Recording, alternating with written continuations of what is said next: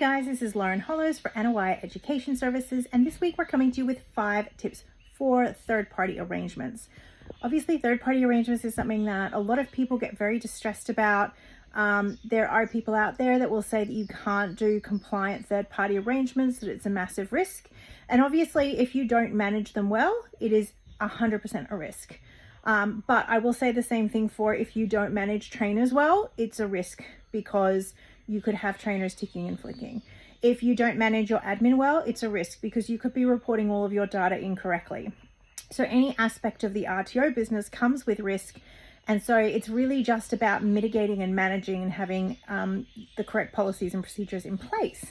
So this week, as I've said, we've got 5 tips. This is the full video. If you want to see this just broken down, you can follow me on LinkedIn and we'll have like 2-minute tips coming up every couple of days. So obviously the first one is you need to have a written agreement. The written agreement should be very clear. It should be very, very comprehensive.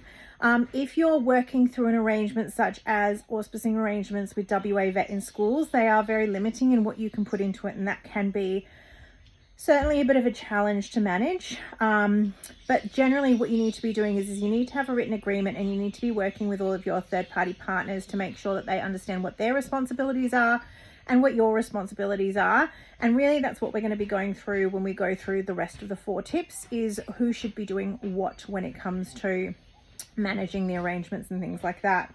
So we will basically go on to number 2 now, and that is always take point on assessment.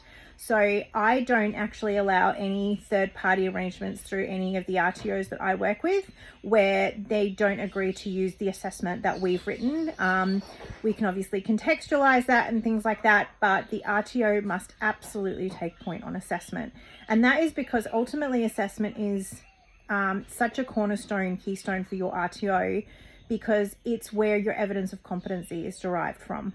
So if you have very poorly designed assessment, you are going to not have the evidence of competency, and when it comes to audit time, you're not going to be able to actually demonstrate that your students hold the skills and knowledge that they have to. And so I always require that the assessment is fully approved, fully vetted, and generally almost always designed in-house. There would be very limited exceptions where I would allow external assessment to occur, and it certainly wouldn't be without full, like 100% very, very robust validation occurring. And then also where possible on that, I also try to actually continue to manage that process. So, you know, putting it onto a student management system and things like that. And then always double checking when that evidence comes in, when that assessment evidence comes in, you're always having your admin double check it, and you're having trainers do regular validations on it to ensure that it's of the same quality and standard that should be happening within the rest of your RTO. So rule number 2 is always take point.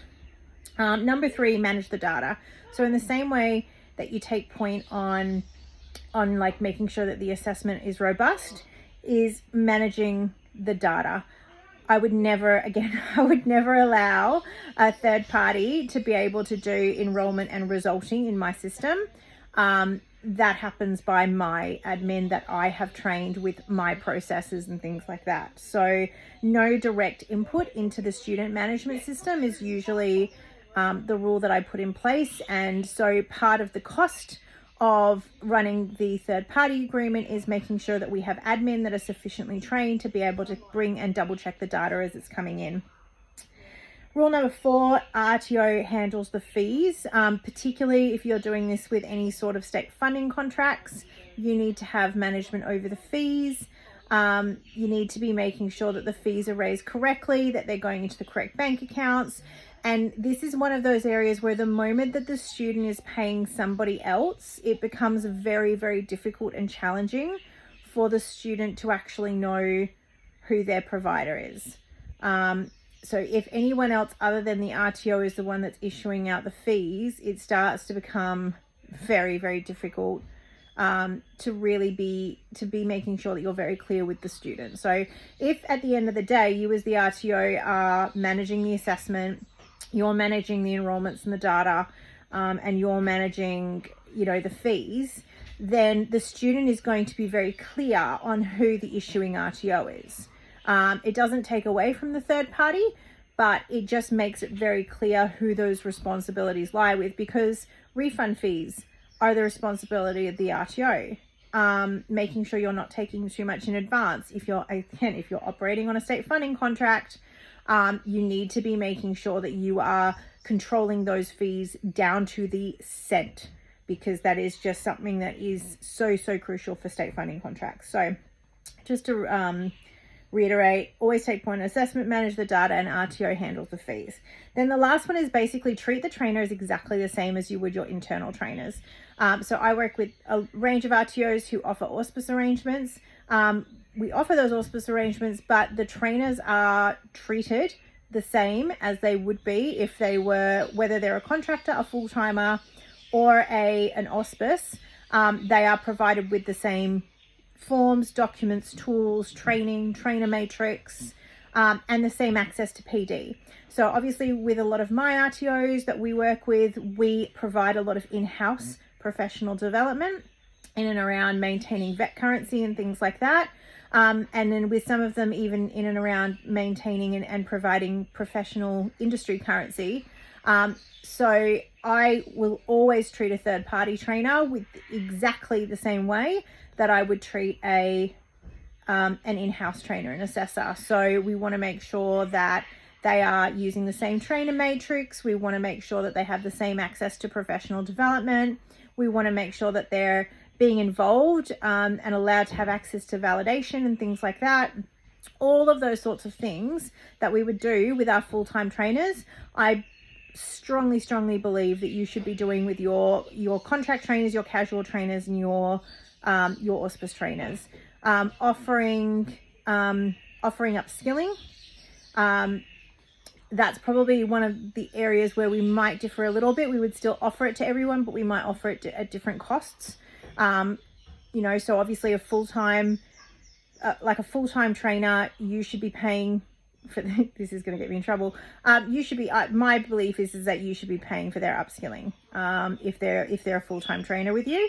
If they are a part-time trainer, like as in less than 3 days, and they're working across multiple RTOs, you would arrange a part payment, and the same if they're casual, you would arrange a part payment. So, and I know that like for auspicing, we always provide discounts and things like that as well with the auspice partners. So that's just my thoughts on it. So 5 tips for managing your third-party arrangements. 1, have a very clear written agreement. 2, always take point on assessment.